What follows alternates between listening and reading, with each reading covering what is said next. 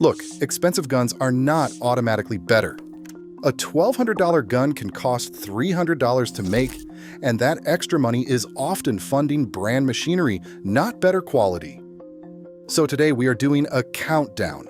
5 gun brands robbing you blind, 5 brands that are actually worth the money, and for every one, I will tell you exactly when to skip it. Number 10. Colt.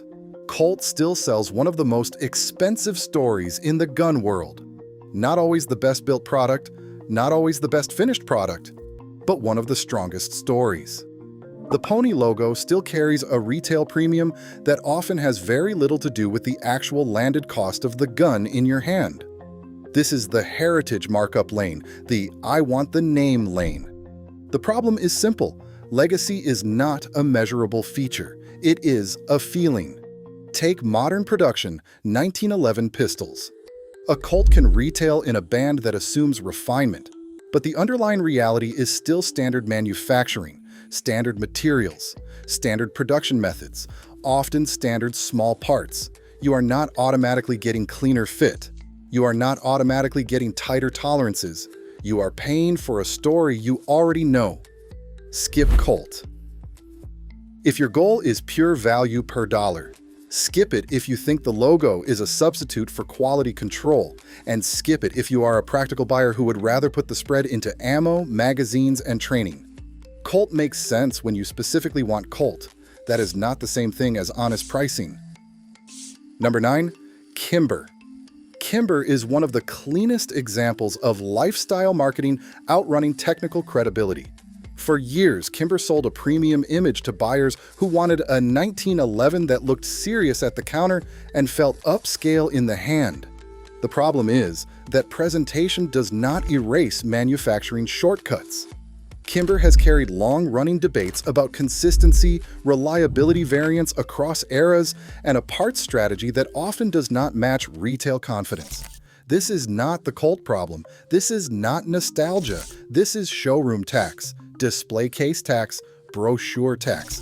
It is the brand selling aspiration at a price point where buyers should be demanding certainty. Skip Kimber if you shop with a spreadsheet instead of emotions. Skip it if you want boring, repeatable reliability across lots and years. And skip it if you are crossing into 4-figure pricing and expecting the gun to behave like it was built with 4-figure discipline. Kimber can look premium. That does not always mean it is premium. Number 8. Springfield Armory.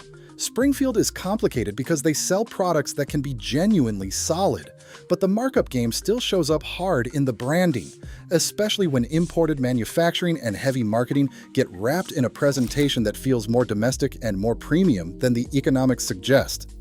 In several lanes, Springfield lives in the comfort zone, familiar name, dealer confidence, safe shelf presence. That is how the premium creeps in. Not always because the product is the best in class, but because the brand is easy to say yes to. That trust is valuable, but trust is not the same as transparent pricing.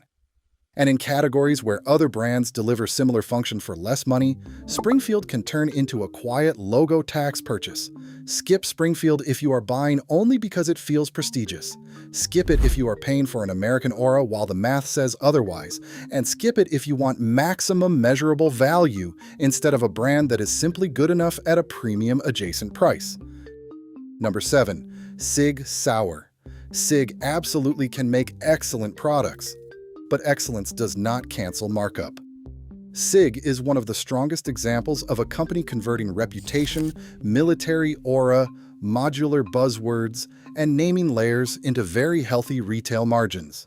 Optics ready this, Legion that, X Series, Comp Macro, Elite, Reserve. The catalog is engineered to create price ladders, and price ladders create permission for buyers to spend more without asking whether they are getting more. Some buyers are not paying for dramatically better practical performance. They are paying for ecosystem status. They are paying for the feeling that they bought the serious option. Skip Sig.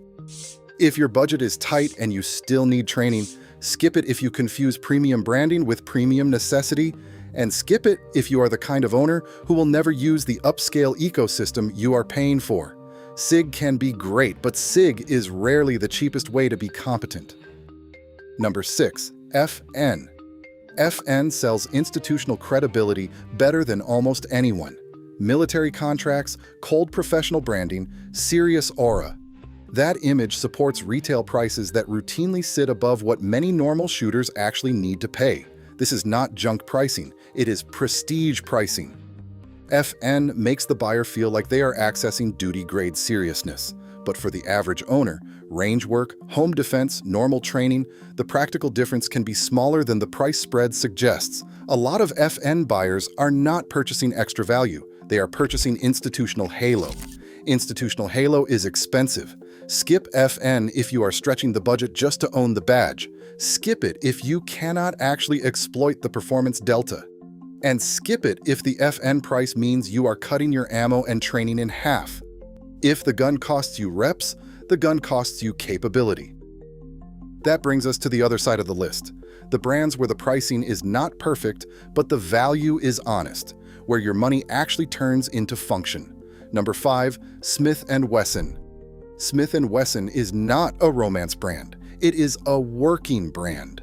And that matters because working brands cannot survive on mythology alone. In the modern defensive pistol lane, Smith & Wesson has lived in the duty and carry world long enough that their products tend to be designed around real use, parts availability, widespread support, normal maintenance, and a price that does not assume you are trying to impress strangers. This is measurable value. You are paying for a platform that is common enough to be serviced, supported, and kept alive without drama. Skip Smith & Wesson. If your entire personality is that you need boutique refinement, skip it if you want the most exotic features and you do not care what it costs. But if you want a brand that usually prices like the product has to earn its keep, this is a strong lane. Number 4. Beretta. Beretta is one of the quietest value propositions in the market when you stop shopping like an influencer. The brand has real history, real production scale, and a pattern of selling serious guns that do not always carry the same hype premium as competitors. This is the no hype, all business lane. The kind of brand that can give you a durable platform and a real service record without forcing you into premium identity pricing just to feel legit. Beretta's value is not that everything is cheap. It is that the pricing often tracks the mission.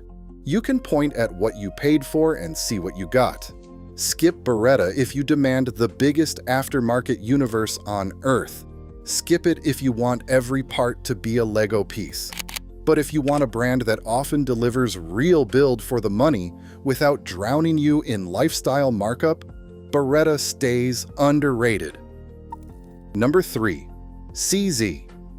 CZ is the brand that embarrasses pricier options when buyers actually handle the product instead of the marketing. CZ doesn't win by shouting, it wins by being solid in the hands and boring on the invoice. The value here is practical, shootability, build quality, and a price band that often undercuts the default names without undercutting performance. This is where the logo tax argument gets uncomfortable because CZ proves you can get serious quality without paying for the loudest brand identity. Skip CZ if you are a diehard buyer who only buys what every cop carries. Skip it if you demand the absolute biggest parts ecosystem. But if you want honest performance per dollar, CZ is one of the cleanest answers. Number 2. Mossberg. Mossberg is not a status brand. It's a function brand. And in the utility lanes, especially with common proven designs, that is exactly what honest pricing looks like. This is the tool, not trophy philosophy in brand form. Mossberg's best value is that it keeps normal people in the game. You can buy the product, keep it running, and still have money left for the things that actually build capability. Skip Mossberg if you need luxury fit and finish to feel good. Skip it if you are buying purely to flex on the counter. But if you want a brand that understands working shooters and prices accordingly, Mossberg belongs near the top. And in first place, the brand that wins this exact argument more often than almost anyone else. Number 1. Ruger. Ruger is not perfect. That is exactly why its pricing stands out. The company knows how to build for scale without making everything feel disposable. It makes guns that feel like tools, not branding exercises, and it does it in price bands that still leave room for ammo, magazines, and training. Look at the pattern: practical rimfire, practical carry, practical training platforms, practical utility guns. Even when Ruger isn't the most refined option in a category, it is often the most honest one. The retail markup usually tracks the mission. You are paying for function, not mythology. Skip Ruger. When the specific gun doesn't fit your life. Skip the tiny carry lane if you hate tiny guns. Skip rimfire platforms if you will not actually use them for training. Skip any Ruger if you're buying it just because it is affordable instead of because it fits the job. Because cheap is not the point. Honest pricing is the point. Across all 10 picks, the pattern is the same. Price does not automatically buy quality. Very often, it buys branding, retail markup layers, and the illusion of superiority. Real value is simpler. Real value is function, durability, support, and whether the gun still makes sense after the emotion wears off. That is the whole game. Logo tax versus measurable value. Now, I want to hear your list. Which brand charges the hardest for the name? And which boring brand has given you the most honest value for the money? Drop it in the comments. Gear Under Fire, out!